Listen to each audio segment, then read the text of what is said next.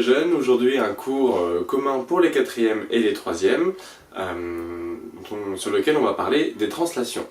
Pour l'instant ce cours est commun à ces deux niveaux, tout simplement parce qu'après avec les 3e on ira un petit peu plus loin, mais je préfère reprendre les bases pour que tout le monde soit au même niveau. Donc, on veut parler d'une translation. Une translation, qu'est-ce que c'est? C'est une transformation. Ça fait partie de la grande famille des transformations où on vient transformer soit des points, soit des figures.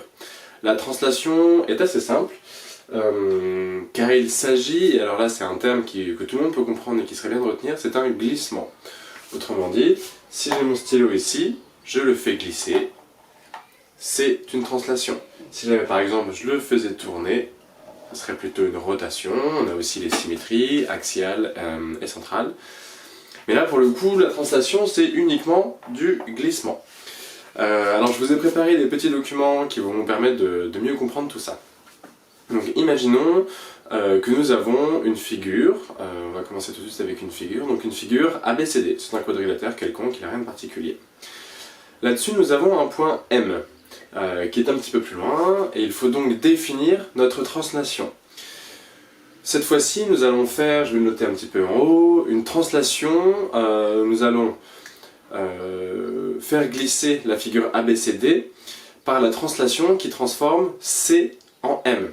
Autrement dit, le point C va devenir le point M, et on nous demande de construire cette nouvelle figure. Donc si jamais on prend le point C et on prend la figure en tenant le point C et on fait bouger la figure qui elle ne bouge pas jusqu'à ce que C soit sur le point M. Donc du coup on voit que la figure a tout simplement glissé d'en haut vers plus en bas à droite en ayant du coup le point C qui vient s'aligner sur le point M. D'accord ?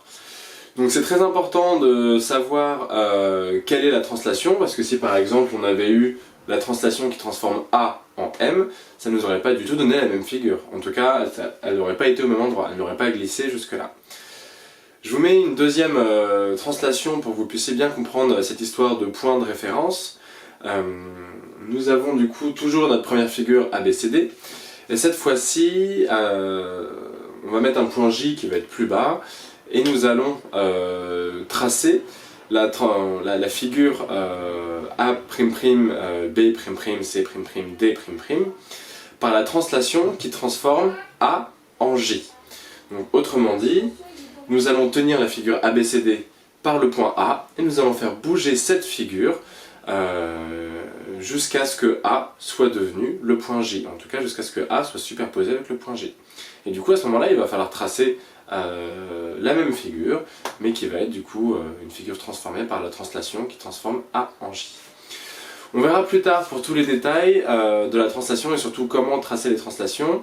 Pour aujourd'hui, je veux seulement que vous compreniez qu'une translation est un glissement et que pour faire glisser cette figure, il faut tout simplement définir deux points de référence et que nous prenons du coup le premier point, par exemple sur la translation qui transforme A en J, nous prenons la figure entière en tenant par A et on bouge jusqu'à ce que A soit superposé avec J.